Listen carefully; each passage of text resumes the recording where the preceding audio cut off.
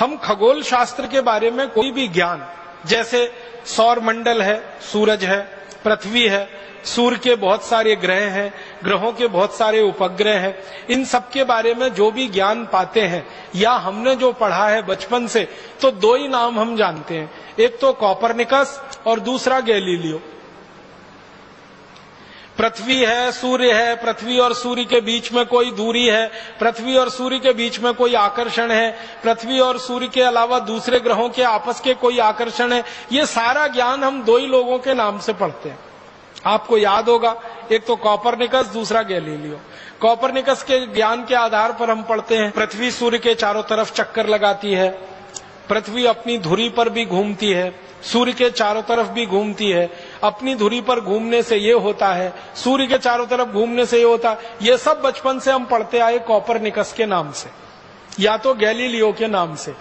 अभी पता चल रहा है वो ये कि कॉपरनिकस और गैलीलियो तो पैदा भी नहीं हुए थे, उसके हजारों साल पहले ये ज्ञान और ये सूत्र और ये सिद्धांत भारत के सामने प्रस्तुत किए थे एक महान व्यक्ति, उनका नाम था महर्षि आर्यभट्ट।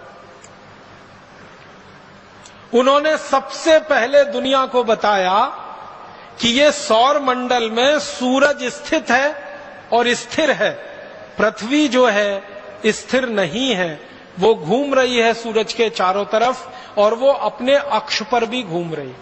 ये सबसे पहले महर्षि आर्यभट्ट ने सारी दुनिया को बताया।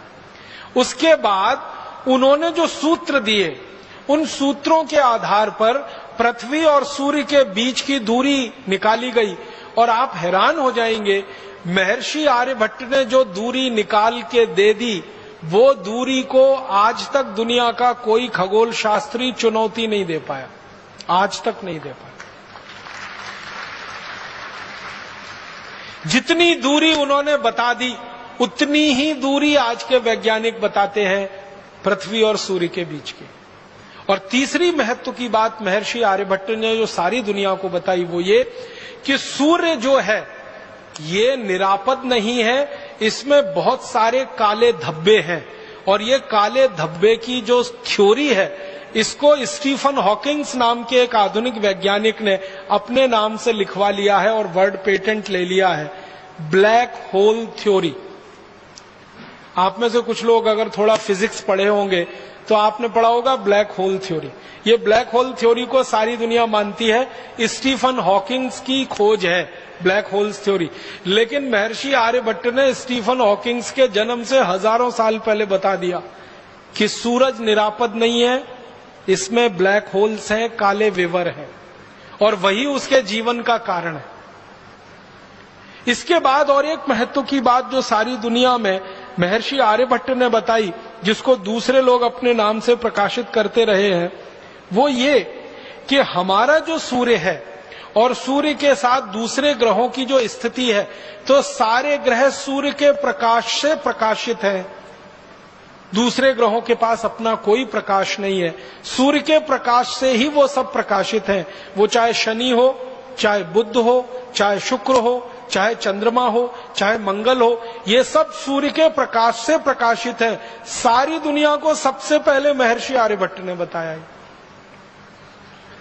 और इससे भी गहरी बात मैं आपसे कहता हूं, महर्षि आर्यभट्ट ने पता नहीं कैसे हजारों साल पहले कोई दूरबीन बनाई होगी, तभी ये बता सकते, नहीं तो सवाल ही नहीं।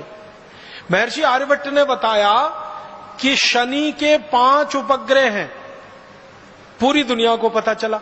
उसके बाद थोड़े दिन में उन्होंने अपनी कही हुई बात को संशोधित किया और कहा कि नहीं, शनि के 7 उपग्रह हैं, 5 नहीं है 7 है, और गिनकर बताए उन्होंने। और आपको मैं बताना चाहता हूं ये गर्व की बात कि महर्षि आर्यभट्ट ने हजारों साल पहले जो कह दिया कि शनि के 7 उपग्रह हैं, आज के वैज्ञानिक 8वां उपग्रह नहीं खोज पाए अभी तक शनि का, वो 7 पे ही अटके हुए, और शायद खोज भी नहीं पाएंगे क्योंकि 8वां उपग्रह है ही नहीं। होता तो वो खुद ही बता के चले गए। अब मैं आपके ध्यान को आकर्षित करना चाहता हूं कि शनि के 7 उपग्रह को खोज लेना कैसे संभव है। बिना दूरबीन के तो सवाल ही नहीं उठता, हो ही नहीं सकता। इसका माने बहुत साफ है कि महर्षि आर्यभट्ट ने दुनिया की सबसे पहली दूरबीन बनाई होगी और उससे देखकर ये बताया होगा, और सारी दुनिया में दूरबीन बनाना लोगों ने उसकी नकल करके सीखा होगा। महर्षि आर्यभट्ट ने एक पुस्तक लिखी है, बड़ी पुस्तक है, बृहद संहिता उसका नाम है, और एक दूसरी पुस्तक है आर्यभट्ट संहिता उसका नाम है। इन दोनों पुस्तकों में सैकड़ों नहीं हजारों सूत्र हैं सूरज के बारे में, चंद्रमा के बारे में और दूसरे ग्रहों के सूरज के अंतर संबंधों के बारे में। और आप जानते हैं सबसे पहले दुनिया में ग्रहण के बारे में, चंद्र ग्रहण होगा, सूर्य ग्रहण होगा, इस तिथि को होगा, इस दिनांक को होगा, इस साल में पड़ेगा, ये सारे के सारे ठीक ठीक गणनाएं सबसे पहले शुरू किया महर्षि आर्यभट्ट ने। महर्षि आर्यभट्ट की शुरू की गई गणनाएं चंद्र ग्रहण की, सूर्य ग्रहण की हजारों साल बिल्कुल सच साबित हुई है, और उसके आधार पर पंचांग विकसित हुआ। और आपको एक और गहरी बात बताना चाहता हूं महर्षि आर्यभट्ट के बारे में, कि उन्होंने सूरज का, पृथ्वी का, दूसरे ग्रहों का जब अध्ययन किया बारीकी से, गहराई से, और उन्होंने देखा कि पृथ्वी अपनी धुरी पे भी घूम रही है और सूर्य के चारों तरफ भी घूम रही है, तो पृथ्वी की अपनी धुरी पर घूमने से है, और दिन रात हो रहे हैं तो दिन कितने घंटे का हो रहा है, रात कितने घंटे की हो रही है, और बारीकी से करते करते उन्होंने 7 दिन निर्धारित कर दिए। और वो 7 दिन है रविवार, सोमवार, मंगलवार, बुधवार, बृहस्पतिवार, शुक्रवार, शनिवार। ये जो 7 दिन महर्षि आर्यभट्ट ने हजारों साल पहले निश्चित कर दिए, सारी दुनिया अभी तक 8वां दिन नहीं खोज पाई। जो 7 उन्होंने हजारों साल पहले कह दिए, वही 7 दिन पूरी दुनिया इस्तेमाल कर रही है। और आपको हैरानी होनी चाहिए ये जानकर कि कोई क्रिश्चियन है तो, कोई मुसलमान है तो, कोई यहूदी है तो, कोई बौद्ध है तो, कोई पारसी है तो, कोई हिंदू है तो, या किसी भी संप्रदाय का है, वो इन्हीं 7 दिनों को मानता है। रविवार, सोमवार, मंगलवार, बुधवार, बृहस्पतिवार, शुक्रवार, शनिवार। बस अंतर इतना है कि उसको अपनी अपनी भाषा में उन्होंने भाषांतर कर लिया है। अंग्रेजों ने रविवार का संडे कर दिया, सोमवार का मंडे कर दिया, मंगलवार का ट्यूसडे कर दिया, बुधवार का वेडनेसडे कर दिया, गुरुवार का थर्सडे कर दिया, शुक्रवार का फ्राइडे कर दिया, शनिवार का सैटरडे। बस इतना ही किया है, भाषांतर ही किया है, बाकी कोई मूल बदलाव अंग्रेज नहीं कर पाए। और अंग्रेजों के आगे पीछे की सभ्यताओं ने भी उसको वैसे का वैसा ही स्वीकार किया। यूनान की पूरी सभ्यता ने यही स्वीकार किया, रवि, सोम, मंगल, बुध। मेसोपोटामिया की सभ्यता ने यही स्वीकार किया, बेबीलोनियन की सभ्यता ने यही स्वीकार किया।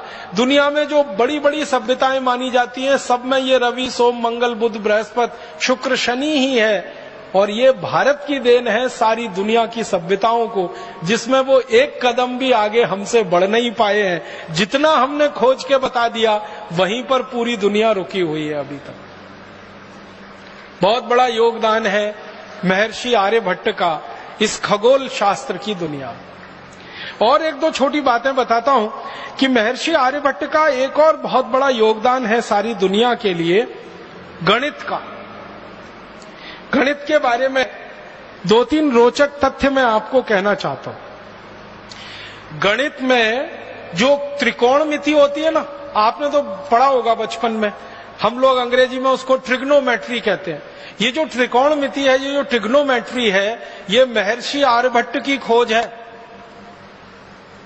उन्होंने सबसे पहले त्रिकोणमिति दिया है पूरी दुनिया को जानने, समझने और सीखने के लिए। और आप जानते हैं, इसी त्रिकोणमिति को आधार बनाकर दुनिया में सारा निर्माण कार्य चलता है। त्रिकोणमिति अगर आप जानते नहीं हैं तो आप किसी भी निर्माण कार्य में लग नहीं सकते। तो सारी दुनिया के निर्माण कार्य का आधार और पृष्ठभूमि महर्षि आर्यभट्ट की देन है। त्रिकोणमिति जो उन्होंने समझाई सारी दुनिया। गणित में त्रिकोणमिति का आविष्कार भारत में हुआ।